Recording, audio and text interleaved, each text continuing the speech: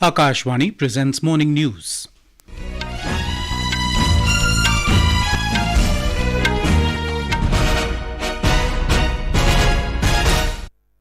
Good morning, I'm Sunil Verma. The headlines.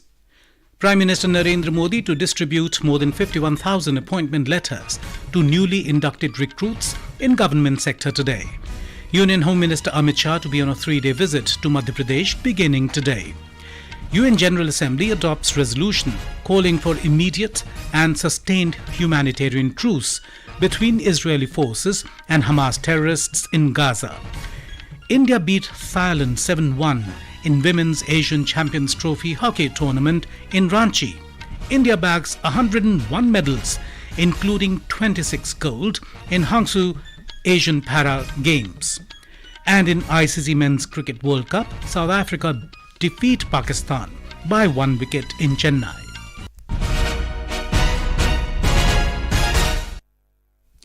Prime Minister Narendra Modi will distribute more than 51,000 appointment letters to newly inducted recruits in government sector through video conferencing today.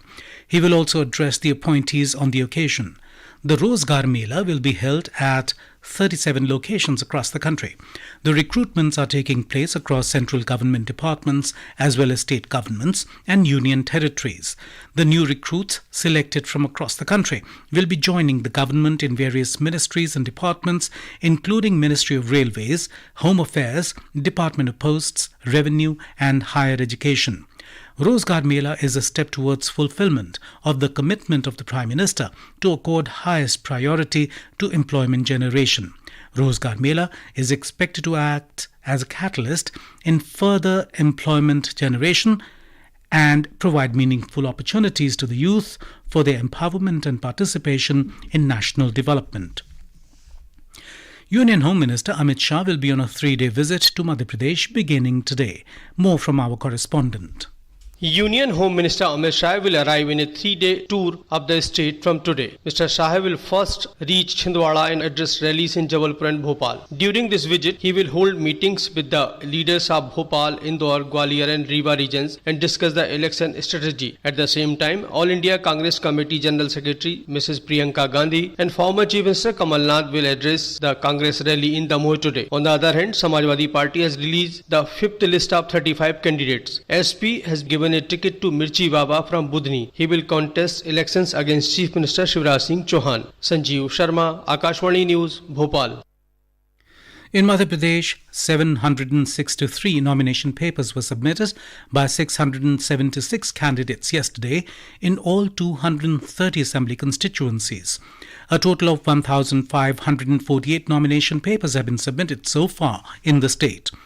The last date to fill out the nomination form is the 30th of October. Voting will be held in a single phase in the state on the 17th of November, while counting of votes will take place on the 3rd of December.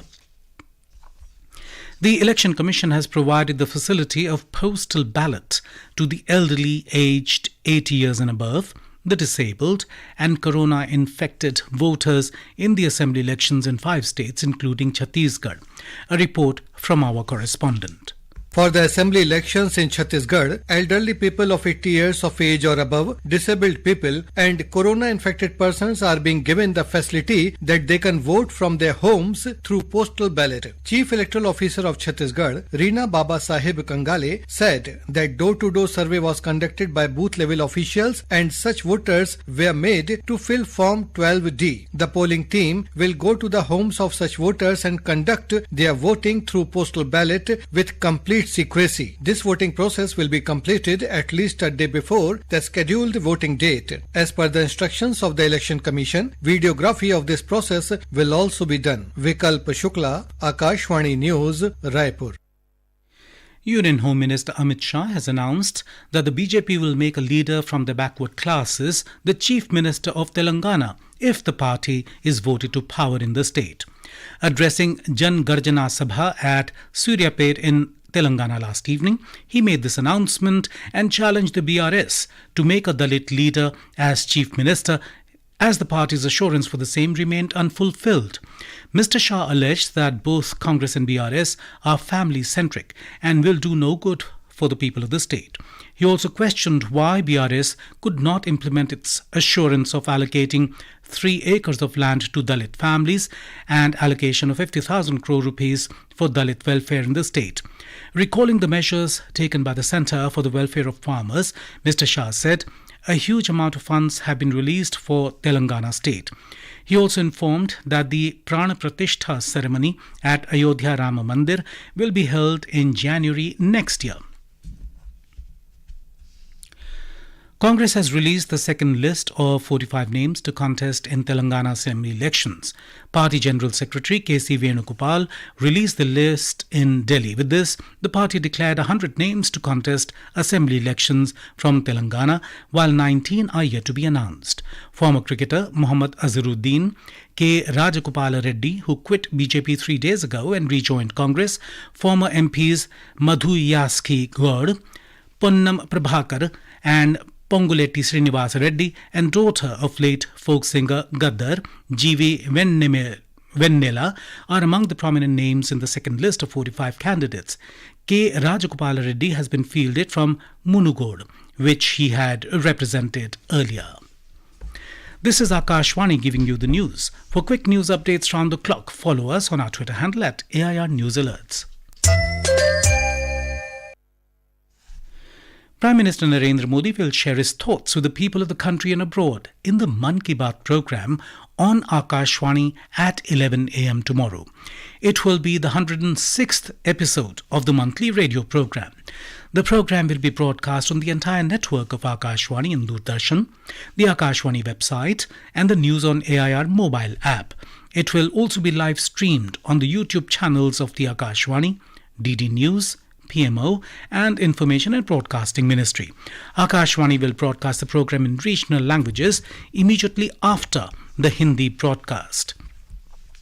The Prime Minister will address the final event of Meri Mati, Mera Desh campaign at Kartavya Path in New Delhi on Tuesday.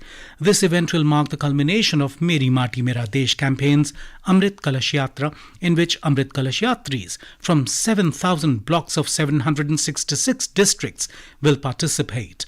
The event will also mark the wrapping up of the 2 years long campaign of Azadi Ka Amrit Mahotsav, which began on the 12th of March 2021 to celebrate the 75 years of India's independence. Addressing media about the Meri Mati Mera Desh function to be held in New Delhi on Monday and Tuesday, Secretary Ministry of Culture Govind Mohan said that more than 17,000 Amrit Kalash Yatris from 36 states and union territories are reaching the national capital tomorrow to take part in a 2-day program at Kartavya Path. In Punjab, 2 cities, Amritsar and Kapurtala, have been included in the 30 cities of historical and religious tourism importance of 15 states of the country, selected under the Swadesh Darshan 2.0 scheme of the Union Ministry of Tourism. Earlier in the year, 2018-19, Anandpur Sahib, Shri Fatehgarh Sahib, Chamkaur Sahib, Firozpur, Khatkar Kala, Patiala and Kalanor were selected in this scheme. We have a report. The objective of the Swadesh Darshan scheme of the Union Government is to make the visit of tourists pleasant and memorable by providing better basic facilities in cities of historical and religious importance. Under this, 70 crores of rupees will be spent on development works in Amritsar and Kapurthala cities of Punjab. The government's efforts is to ensure that tourists stay in these cities for a longer period and get detailed information about the historical and cultural heritage. Definitely, this move will give a boost to the tourism industry in these cities. Shishu Sharma Shantar, Akashwani News, Jalandhar. India has registered a significant growth in the export of mangoes in the first 5 months of the current fiscal by exporting mangoes to the tune of over $47 million. Commerce and Industry Ministry said India has exported around 27,000 metric tons of mangoes during this period. The ministry said India has also achieved grand success in the export of Indian mangoes to the USA by registering a growth of 19% in comparison to the previous fiscal year. India has exported more than 2,000 metric tons of mangoes to the USA in the first 5 months of the current fiscal. The India Meteorological Department IMD has forecast heavy rainfall over Tamil Nadu, Kerala and Puducherry during the next 3 days. The Weather Office has also predicted light to moderate rainfall over Karnataka and south interior Karnataka on the 29th and 30th of this month. The UN General Assembly has adopted a resolution calling for immediate and sustained humanitarian truce between Israeli forces and Hamas terrorists in Gaza. The resolution, introduced by Jordan, garnered 120 votes in favour, with 14 against and 45 abstentions. Israel has said that its ground forces are expanding operations and strikes are being intensified as Gaza Strip was rocked by large explosions. A top official of Hamas said it is ready for an Israeli ground invasion. Palestinian mobile phone service provider Jabal said that services including phone and internet had been cut by heavy bombardment. The Palestinian Red Crescent says it cannot communicate with its teams in Gaza. An Israeli Defense Forces IDF spokesman again told Gaza City residents to move south for their safety. Meanwhile, US Secretary of State Antony Blinken has said that the United States was imposing sanctions on 8 individuals for their ties with Hamas. India defeated Thailand 7-1 in their opening match of Women's Asian Champions Trophy hockey tournament in Ranchi, Jharkhand last night. Sangeeta Kumari slammed a hat-trick while Monica, Salima Tete, Deepika and Lal Rem Siami scored 1 goal each to guide India to a dominating win. Thailand's lone goal was scored by Supansa Samansu. In the Asian Para Games at Hangzhou in China, India's overall medal haul has surged to a historic 101 medal mark, comprising 26 gold, 30 silver and 45 bronze. Dilip Gavitt kick-started today's medal streak by helping India reach the coveted 3-figure mark. He secured gold in the men's T47 400 meters event with a time of 49.48 seconds. This remarkable feat supersedes India's previous best of 72 medals, which was recorded in the 2018 edition of the Asian Para Games in Indonesia. The Indian contingent will aim to maintain its victorious run at the Games in athletics, chess and rowing later today. In ICC Men's Cricket World Cup, South Africa defeated Pakistan by 1 wicket at the MH Chidambaram Stadium in Chennai last night. Chasing 271 for win, South Africa reached the target with 1 wicket in hand and 16 balls to spare. Earlier, deciding to bat first, Pakistan were all out for 270 runs in 46.4 overs. Aiden Markram scored 91 for South Africa, while Saud Shakil hit 52 runs and Babar Azam made 50 for Pakistan. 2 matches will be played today. Australia will face New Zealand at Dharamshala and Bangladesh will play the Netherlands at Kolkata. And now, for a look at today's newspapers, over to Subhadra Ramachandran. Thank you, Sunil. 5G taking India from developing to develop, says Prime Minister, reads the headline in the Times of India. Hindustan Times quotes the Prime Minister as saying that after the success of the rollout of 5G telecom network, India now aims to lead in 6G. India is in touch with Qatar at various levels to secure the release of 8 ex-Navy officers, a case expected to fully test India's diplomacy in the region, writes the Asian Age. Violating ceasefire pact, 8-hour shelling by Pakistan Rangers has triggered a scare in Jammu's Arnia, reports the Hindu.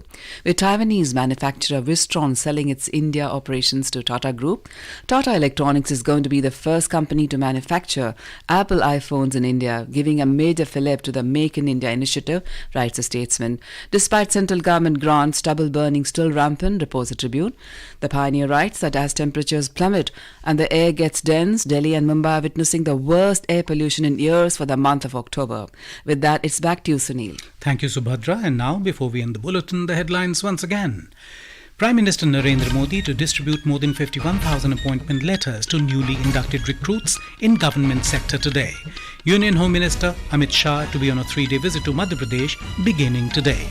UN General Assembly adopts resolution calling for immediate and sustained humanitarian truce between Israeli forces and Hamas terrorists in Gaza. India beat Thailand 7-1 in Women's Asian Champions Trophy hockey tournament in Ranchi. India bags 101 medals, including 26 gold. In Hangzhou Asian Para Games and in ICC Men's Cricket World Cup, South Africa defeat Pakistan by 1 wicket in Chennai. And with that, we end the morning news.